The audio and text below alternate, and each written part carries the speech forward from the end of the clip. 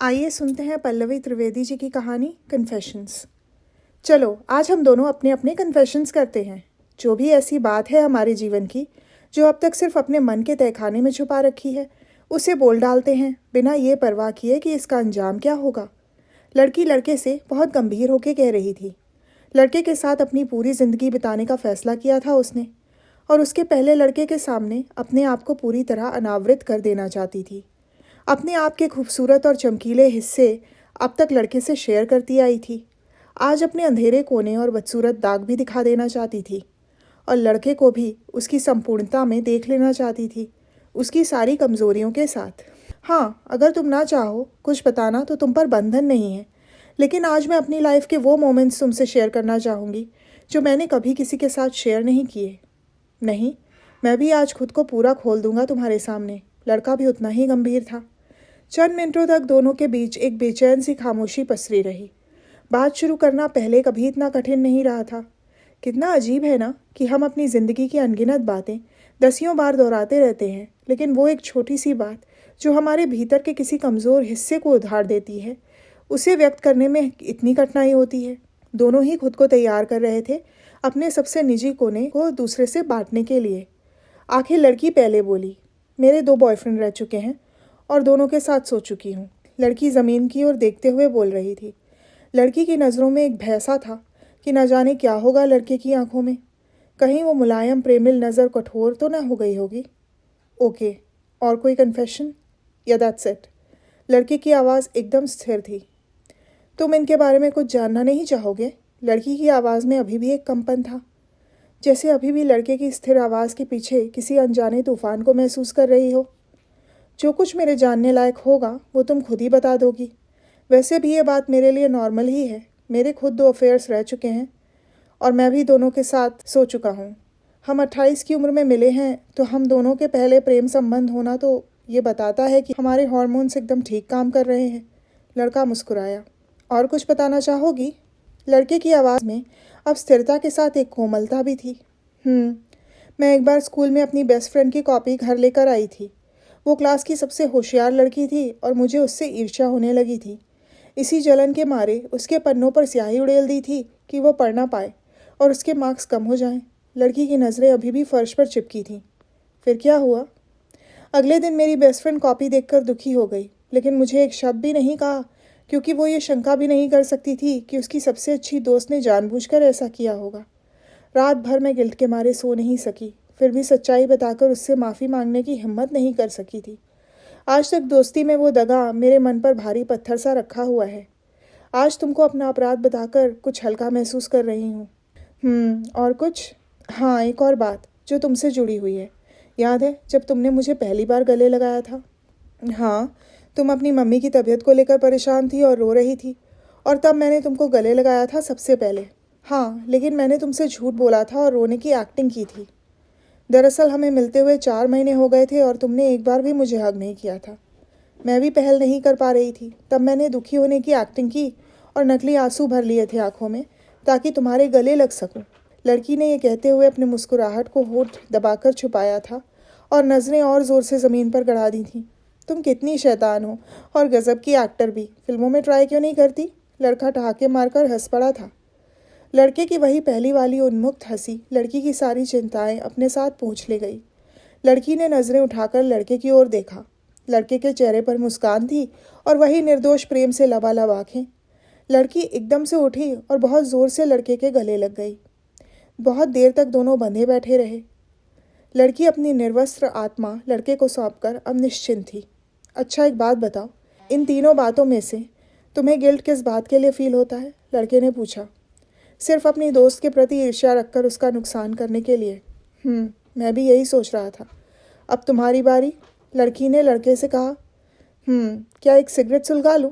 ज़रूर। लड़का सिगरेट के कश ले रहा था। वो खुद के ही साथ बेतरह उलझा हुआ नजर आ रहा था। लड़की उसे पूरा वक्त दे रही थी। वो कतई जल्दी में नहीं थी। अभी थोड़ी देर पहले ही वो इस नाजुक दौर से गुजर कर आई है, इसीलिए उस सत्य को उजागर कर देने से ऐन पहले की इस मनोदशा को समझ रही थी।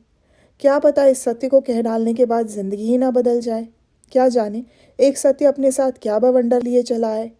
हालांकि वो भीतर ही भीतर थोड़ी डरी हुई भी थी। न जाने क्या सुनने को मिलेगा। आखिरकार लड़के ने गला साफ किया। सुनो, मेरे पास बताने को एक ही बात है बस। आज से 3 साल पहले मैं अपने ब्रेकअप के बाद गहरे अवसाद के दौर में था और उसी अवसाद के चलते ऑफिस जाना भी बंद कर दिया था।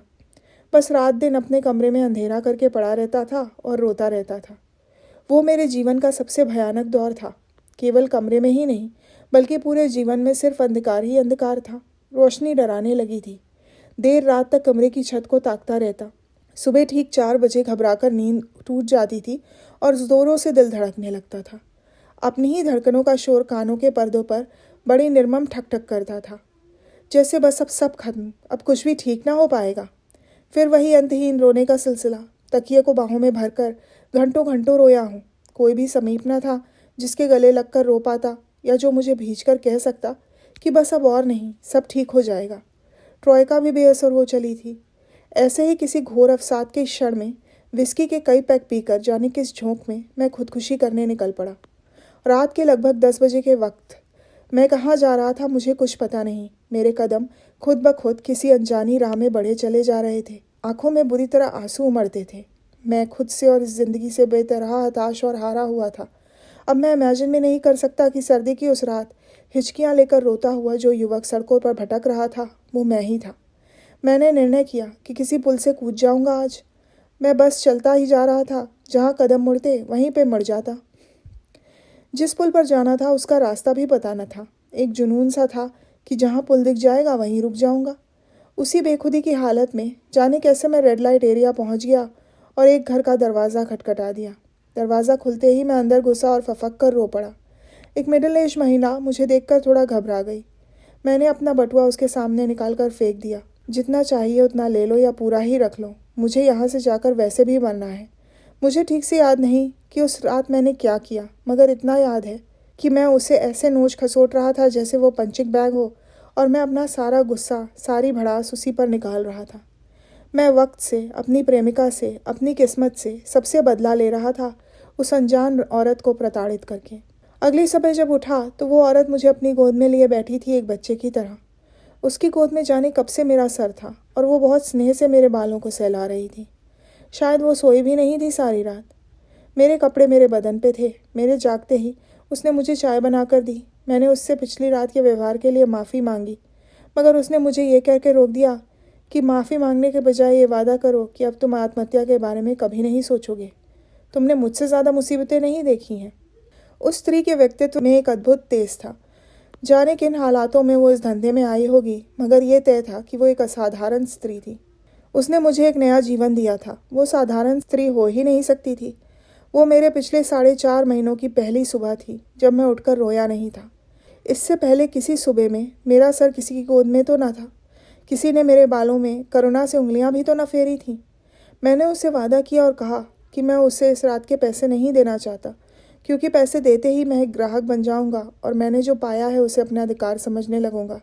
लेकिन दरअसल ये मेरा अधिकार नहीं था, बल्कि मेरे ऊपर उस महिला का एहसान था जिसके लिए मैं ज़िंदगी भर कृतज्ञ रहना चाहता हूँ। अगर वो मुझसे इस रात के पैसे न लेगी तो मेरे ऊपर एक और उपकार होगा। उसने हाँ में सिर हिलाया और मेरा बटुआ मुझे वापस किया। मैंने उसे पैसे नहीं दिए और वहाँ से चला गया। उसके बाद मैं कभी वहाँ नहीं गया। उस रात मरते मरते मैं जीने की डगर मुड़ गया था। किसी पुल का रास्ता फिर मैंने कभी नहीं खोजा। बस यही एक बात है जो आज तक मैंने किसी को नहीं बताई। लड़का बात पूरी करते हुए बेहद भावुक हो गया था।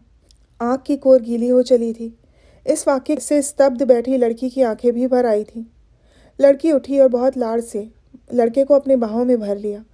बड़ी देर तक लड़के का माथा चूमा, उसके बाल सहलाती रही, जैसे लड़के के उस खराब वक्त में उस वक्त के साथ न हो सकने की भरपाई कर रही हो। जैसे उस वक्त जिस प्यार की कमी रह गई थी अब उससे अतीत के उन लम्हों को भर देना चाहती हो।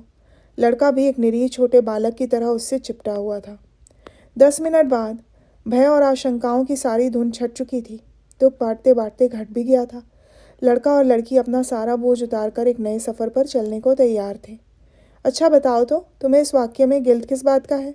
नशे में उसके पास जाकर रात गुजारने का? लड़की ने सवाल किया।